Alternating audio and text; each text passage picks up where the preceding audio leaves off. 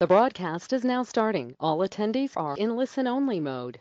All right, I know I said 6, but it's 2 minutes early. Let's go ahead and get started now. And if anybody feels like they missed the first 2 minutes, they can hop on and watch the recording of that. We're going to go through things a little bit quicker today because of the late start.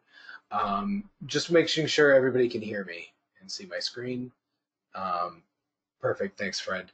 So apologize for the confusion and for the late start. In looking at, I think it's very helpful to just zoom out and look at what we see so far. We can always come up with extension counts and ways of looking for support and trying to find an alternate that allows us to extend more immediately higher. But I think that is really counterproductive in most situations. There's plenty of stocks that Garrett and I continue to follow higher and have been updating key support levels on. But I think overall the risk in the market is pretty significant right here. We are right into the zone of fibs that we've been talking about, since back here in December when we were looking for a C wave up into that region. We got most of that move into the February high. We started to warn there. We actually posted a couple of early, quote unquote, short wave setups in stock waves because of the potential that we were looking for a fourth wave and a fifth wave higher, but that most of that potential C wave that we were looking for off the December lows had completed and was just looking for a retrace and then one more high. We ended up getting more than a fourth wave and what filled out as this possible wider expanded flat for the B wave, expanded and running flat. And we now can count 5 waves up from that in that original C wave that we were looking for off the December low, just moved a little bit wider and slightly up higher, taking us pretty close to a 100% extension of the versus the A wave. And in between those key fibs, the 618 and the 764, for the B wave retrace of this 1, 2, 3, 4, 5 wave move as a leading diagonal to the downside. This looks very, very proportionate as an A wave down and a B wave up. And we could spend a lot of time trying to come up with alternatives of how it could be more bullish or how it can continue to extend. And we do have a lot of confluence at this next fib at the 4470 region, although we can very easily count a completed count into the resistance that we hit here, just shy of the, or maybe we did actually get 4400, or did we stop at 4394 today? At any rate, I think there is very, very significant risk. Maybe this is a 1-2 and that this is ABC up for wave 3 and it could get a fourth wave and then a fifth wave up to there. Again, there are lots of ways that this could try and make a move higher. But in terms of what we wanted to see off of the October and off of the December low and then again off of the March low, we have that. And we can count a move complete, even though there are fib levels that can be reached. So it is very important to be mindful of some key support in here, first in the 4300 region, then in the 4260 region. Below that, it can easily start to get 5 waves down towards the 4170s as an ideal wave 1 of wave 1 in the start of the C wave. So rather than looking until we're blue in the face at how this could possibly extend higher, because we see all of the people on Twitter that are just now turning incredibly bullish when they were nowhere to be found at the October and December and March lows. They were pounding the table and worried about, the end of the world. And certainly at the March low, we had some significant concerns that this was 5 waves down off of a more muted completion. But we're giving it the benefit of the doubt, even though we had that as as a purple subwave count inside that structure. But it continued to fill out just as we were following, and there's plenty of indicators that can be seen as some potential topping signs. So it doesn't mean to jump in all short. I still have plenty of long exposure as well, but I'm going through tightening the risk up in a lot of things, raising stops, trimming from different areas, and taking advantage of some of those shorter setups that we have that are on the downside. Off of the May 4th low, we are looking for a fifth wave up as the fifth wave of wave C, the circle wave 5 of C. We wanted that to be an ABC move. We had a little bit of concern here, as we talked about last week, that we did have an ABC move up, nominally higher than the third. So there was a risk with this being just shy of a 618 retrace that this could have been all of the fifth wave of C to complete the big parentheses B wave.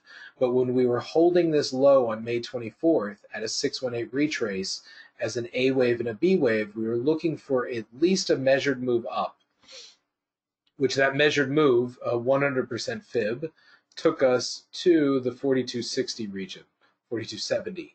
But then when we saw this ABC up for a bigger wave 1, we knew to at least be looking closer to the 4310 to 4335. So now we're just a little bit past that, but it seems like the FOMO is off of the hook. So we've gotten a little bit of extension in the micro C wave of the fifth wave of this smaller degree parentheses 5 of the circle wave 5 of C of the B wave that we were looking for from back in December, right as we are into that target region. And a lot of long-time bears are now really starting to capitulate.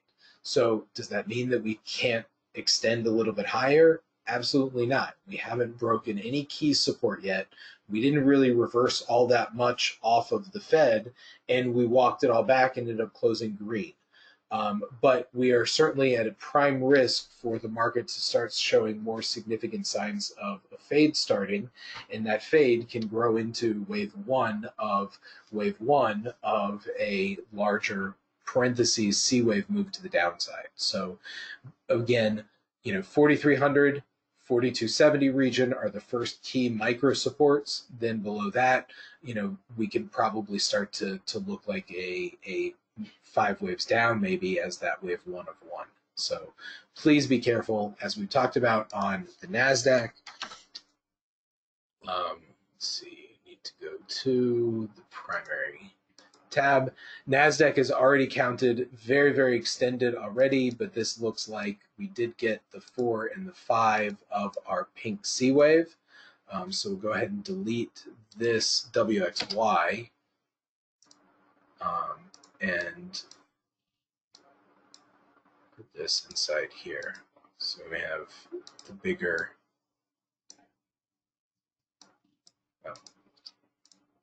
ABC as this B wave here.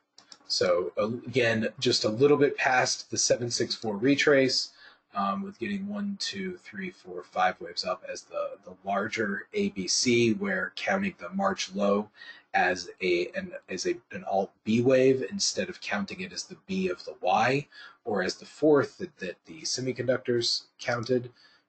So that makes this a slightly smaller degree A wave inside of that A wave. So I have to get this to sync up in the right degree. There we go. Drops everything down a level, and now we are in business. Again, so very, very extended for the B wave. There are a number of Nasdaq charts, and I think it probably does make it a little bit more reliable now that this is going to be all of the fourth wave, that this is an A wave and a B wave at the primary degree, with it getting so close to a full retrace of the move down. But would still like to see that, if that's the case, would like to see it get closer to the 7,000 region, as opposed to just an A wave, a C wave down of a primary A wave in a much wider flat. This much wider flat would probably fit a little bit more with what we expect in the S&P, but usually when you get such a high B wave, you have to start to consider that might be, particularly if it does make a nominal higher high, that is all of the ABC of wave 4, as opposed to just the A and the B wave of a larger A wave of that cycle degree wave 4. Looking at the Russell, We're still following this potential for the triangle. We got a little bit of extension in that pink wave 3. But we said pretty much when this was at the 1860s that was its primary opportunity to turn down if this was an A, B, and 1, 2, 3, 4, 5 waves up for the C of wave 2. We gave that a little bit of room for the extension to the 1892, but we said if we got more extension beyond that, then it was very clearly more likely in the pink C of the E wave of the triangle. So we'll fade this out and we'll look for a restart of the 5 down and 3 up as the 1, 2, and continue to watch for our triangle, our C wave here of the E. So E wave of the triangle for parentheses B is a pink A, B, C up. And that C wave is filling out 1, 2, 3. It needs to hold as a 4th and then try for one more high up to the 1960s to complete. And then the chart that we've been talking about that has, of the main indexes, that has the most bullish potential, I posted this the other day, that in that C wave up that we're looking for off of the March low, we have a possible 5 waves up for wave 1 and our retrace to a 618 for wave 2, but our wave 1 of 3 has crossed over the pivot region that makes it a little bit more likely that either it is further along in an impulse, even though we don't have a clear 5 up, 3 down, or what I think is more probable right now is that this was 5 waves up as an A wave.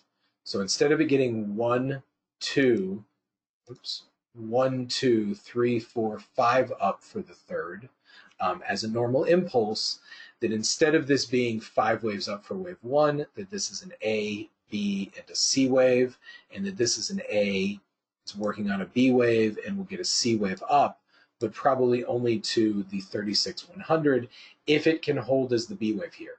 Holding this May low is very, very crucial on the Dow as well for any of the more bullish scenario that we've been tracking for it to attempt a new all-time high as the primary wave 5, as the 5th of the primary wave 5, that it had the greatest potential to do so. So that's how you can look at what it's doing at the very small degree to give you clues, even though it's a subtle shift from 1, 2, 3, 4, and 5 for wave 1, because it got over that 34,326 level without getting a decent wave 2 consolidation, increases this potential that it is a diagonal.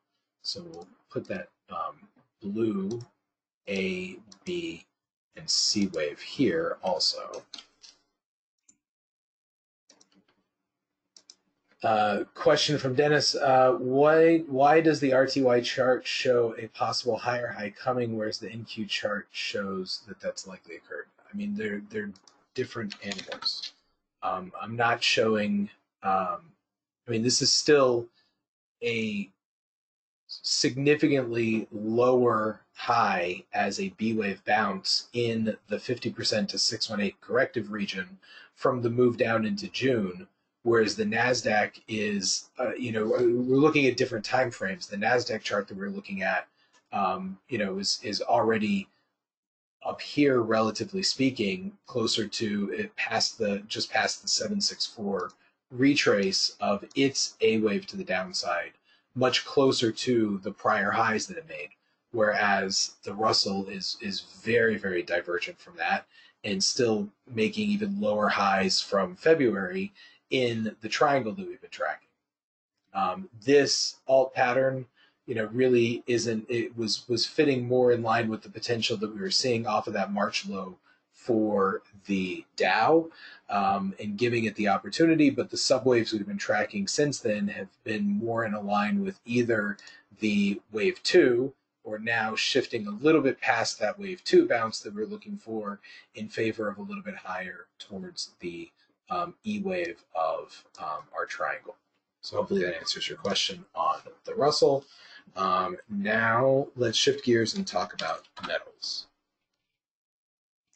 Not much change from last week. I think it is still very likely that gold is trying to make another tap of this 1933 region. This is my continuous, and I jokingly spell continuous with a Q because for some reason DTN, my data provider, puts a Q in front of the GC symbol, which I think they do intend for it actually to stand for continuous, although I don't know why. I guess nothing else starts with a Q. So um, there was a contract roll here. GLD and some other things did actually make nominal lower lows at the end of May or beginning of June.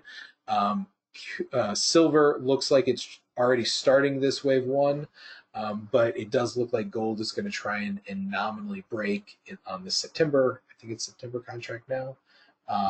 But still try and get a little bit lower before it restarts, and then it can just get a nice impulsive wave one.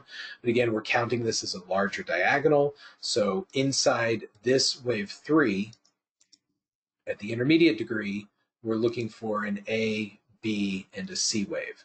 We have 5 waves up for an A wave. We have a nice expanded flat trying to complete into our ideal fib support zone for the B wave, and are looking for confirmation that that is done.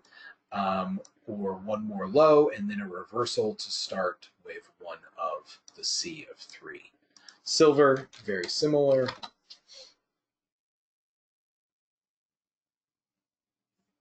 Zooming out so we can see that similar structure. Again, an ABC up for wave one, and then a wave two retrace to a 618, a really strong move off of that low into the normal fib resistance that we expect for a diagonal, hitting the 0.764. So minimally, we should be getting a C wave up, targeting the 123.6% extension for this wave three. But we are still working on a larger wave one. And ideally, we would really like to see this C wave of 3 on silver outperform gold and stretch closer to the 3250 to 33s, which is closer to a 138.2% fib extension. Moving on to GDX.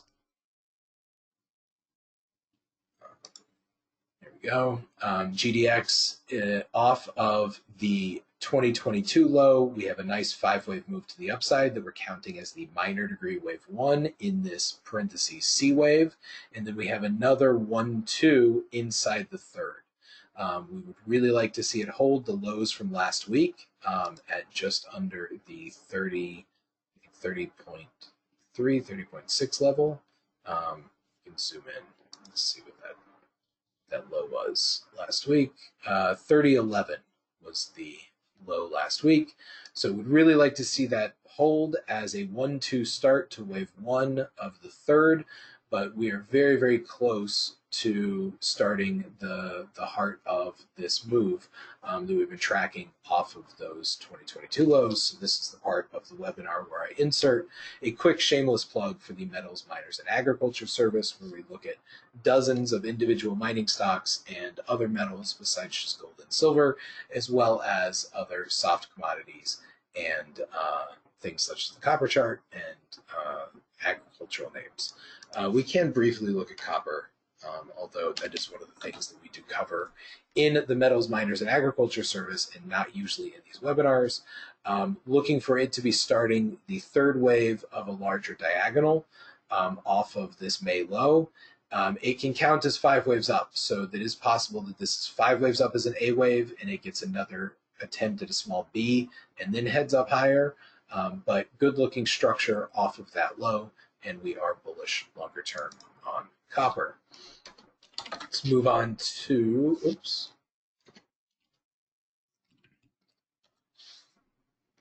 to oil.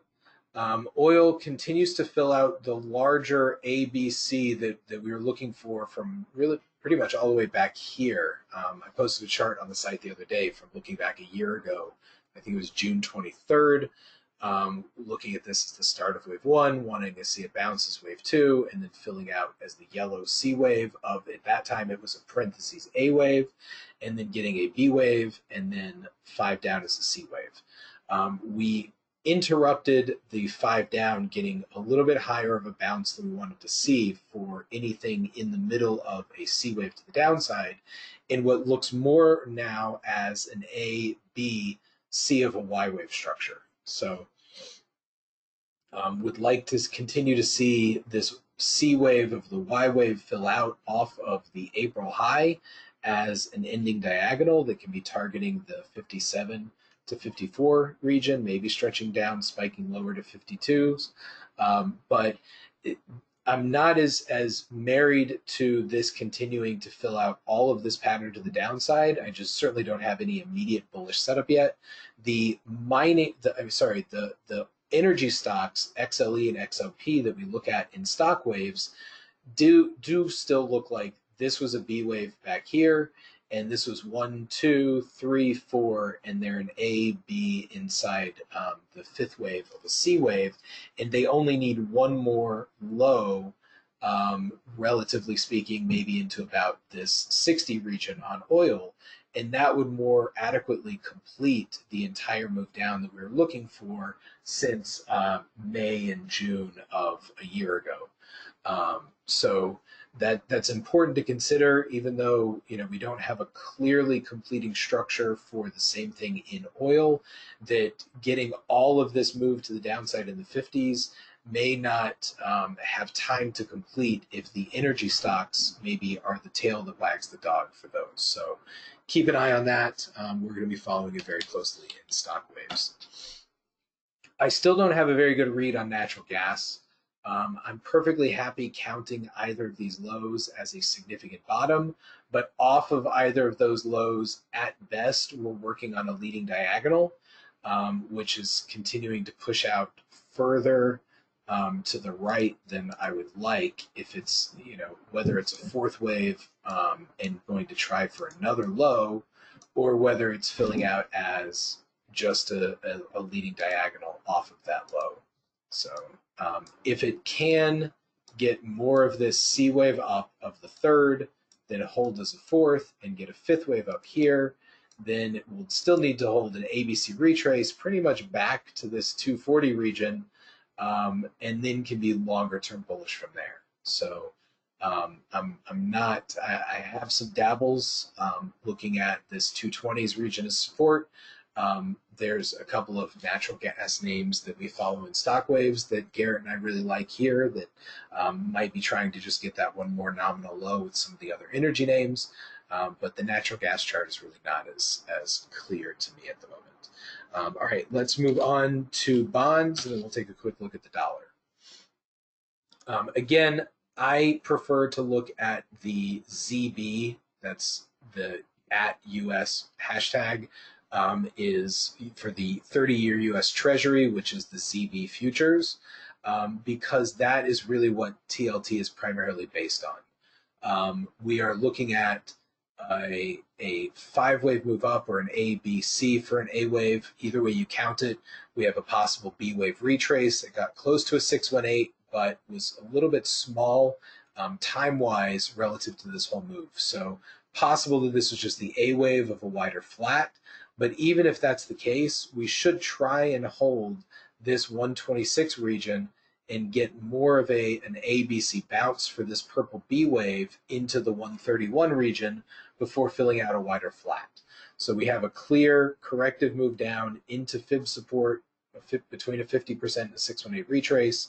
We have a possible 5 waves up and 3 waves down, and another possible 5 up, 3 down as a 1-2 and a micro 1-2 off that low, which can be working on wave 1 of this measured move C wave, targeting the 143 to 147s, but struggling a little bit at the smaller degree here, getting this micro third of the third of that wave 1 started, or if this is an A and a B wave, it's the same micro 1-2 of a C wave for this possible alt B. So again, that's a good illustration of how I like to use alternate notes on my counts. On my charts, I really try and avoid showing things that are pointing in entirely opposite directions, and I try and clearly show where there's overlap. So if this is, I don't have the ABC, I can add that on here just so you see, but I try and avoid adding too much other stuff for an alternate count because I feel that it crowds things. So implied in this A, the purple A and the purple B here was this smaller degree ABC at the same degree as this 1, 2, 3, just maybe not quite getting to the 1,382 extension. So that is a good example of how Garrett and I are really using alternate counts of trying to show you where things overlap, and for both of those scenarios, key support right here in the 126 region as this micro 1-2. Lastly, let's take a look at the dollar. Yes, QQQ is going to be the same as the Nasdaq, Dennis. The Nasdaq and NQ is the futures, QQQ is an ETF that is designed to track it very directly. The dollar, I count a possible major top as a cycle ABC up into the high back here in 2022. We can count 5 waves down and a corrective bounce. That corrective bounce can also count another 5 waves down off of it, even though it was only a 3-2 retrace, but that is pretty normal. When you have 5 waves to the downside for your A wave, you get a pretty shallow B. But this wave 2 bounce, the ABC for wave 2, did get all the way to a 764, and we don't yet have a new 5 waves down from there, although maybe trying to work on it.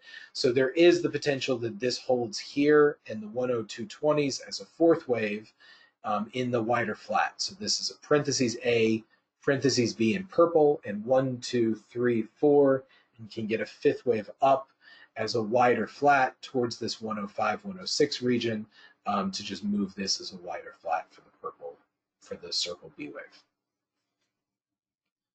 So zooming back in, would really like to see this hold under this broken support level now. So if this was the 4th wave, then this is pretty key support for it to hold as a 4 inside that purple alt. And if we can hold this 103.50 region and get one more low, then we have 1, 2, 3, 4, and 5 waves down. So then we'd want to hold the 103s again as any corrective bounce, and that can be the 1-2 start to the 3rd.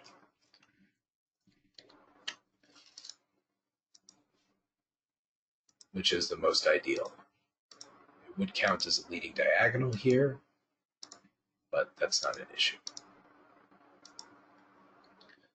Okay, any last questions, or I can go ahead and stop here and get this uploaded for everybody.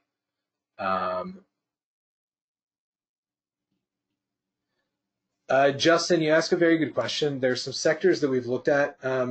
Let's go back to Justin asked on the Nasdaq. Could it really be possible? Let me go. I think I have a cleaner version. There we go. That doesn't have as many smaller degree notes on it. Justin asked, could it really be possible that the Nasdaq could bottom in a cycle wave 4 while the S&P is in a still in a larger correction? So here's where, again, where I look for that overlap of, I have a slightly different potential for the Nasdaq, mostly because the S&P made significant lower lows in 2008 and March 2009. Off of the 2000 high, the S&P is a big A nominal higher high for a B wave, and then a lower low for a C, for a wider flat for a 4th wave. The Nasdaq counts all of its whatever this is. I don't have all the history on my chart.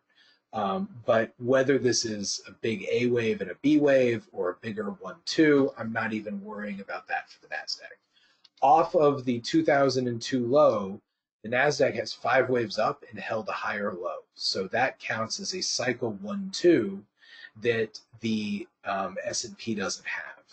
So off of the communal low that they both have, we have the same primary 1, 2, 3, 4, 5 waves up complete, but that completes this cycle wave 3 on the Nasdaq, which very clearly got all the way to a 2618 extension, looks like a 3rd wave for sure, and not an A, B, and a C. So that's why Garrett and I are looking at a lot of the Nasdaq charts that have a lot more history also count this way, where this is an equivalent cycle degree wave 3, and they need a fourth and a fifth wave to look more complete off of their 2002 lows or equivalents. Now, where this can line up with the S&P, we're looking for a similar C wave down, whether that is the intermediate degree C wave that we have here, and then we get a primary B and then a C wave down, and then both of them bottom in a cycle degree move. But that happens to be an A wave, the red A wave that I'll go back to the S&P chart in just a minute, the red A wave on the S&P and the cycle wave 4 here. And Avi and we have all talked about the potential for that cycle degree B wave to possibly get at least an attempt at a nominal higher high in an expanded flat for the larger super cycle wave 4 that we think that the Nasdaq is in. So if the S&P has potential for that B wave to make at least a nominal higher high, that could allow the Nasdaq, which usually runs harder and is more aggressively bullish, in late stages, to make at least a more significant higher high for this cycle wave 5. Maybe it only gets to the 23,000 region, which is a 300% extension instead of closer to the 34,000 region. So then looking at the similar on the S&P, just so that you guys can have that context from that cycle degree that we were talking about, here's where that white cycle wave 4 is on the Nasdaq. So the same parentheses C of the primary A wave, even though it's yellow here and not white, that's for more bearish emphasis, and then a B wave and a C wave down as the cycle A wave, then the nominal attempted a nominal higher high for the cycle degree B wave before it fills out for more of that super cycle wave 4, and that's where the Nasdaq could more easily make a higher high, or maybe it does it on this move. If this is the green cycle wave 4 on the Nasdaq, then instead of it getting only a B wave when the S&P holds this divergent lower high for the primary B, the Nasdaq tries to top in this equivalent move of getting the cycle 4 and cycle 5 at least nominally higher.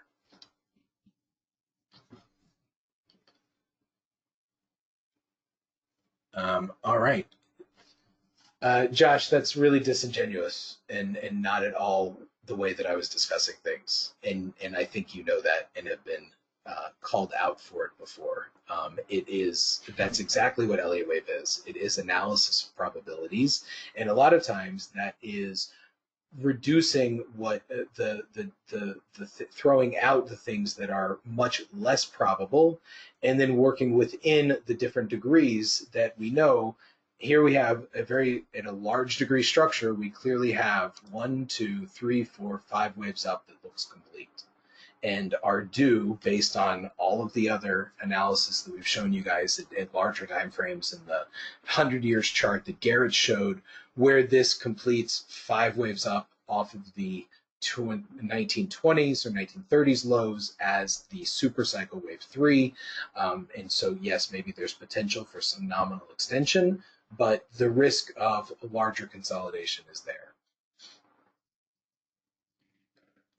I think there is certainly immediate risk, getting back to, some of these other charts that we were looking at of a more immediate top within the next week or so, if not even more immediate than that.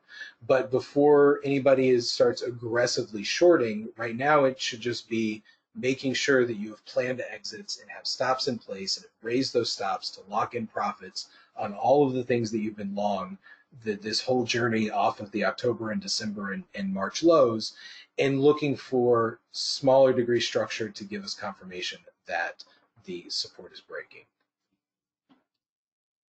Josh, that's not what this webinar is for. This webinar is to give people a broader overview and talk about Elliott wave in general and answer questions. In wave setups that we post in stock waves and other things, we do clearly give target levels, support, and resistance levels. tools. If you want that, join one of the services that offers those things, but don't harass us in the webinars like you do on a regular basis by trying to say that we're being disingenuous or just throwing out random probabilities when we're providing an educational service. Have a great evening, everybody, except for you, Josh.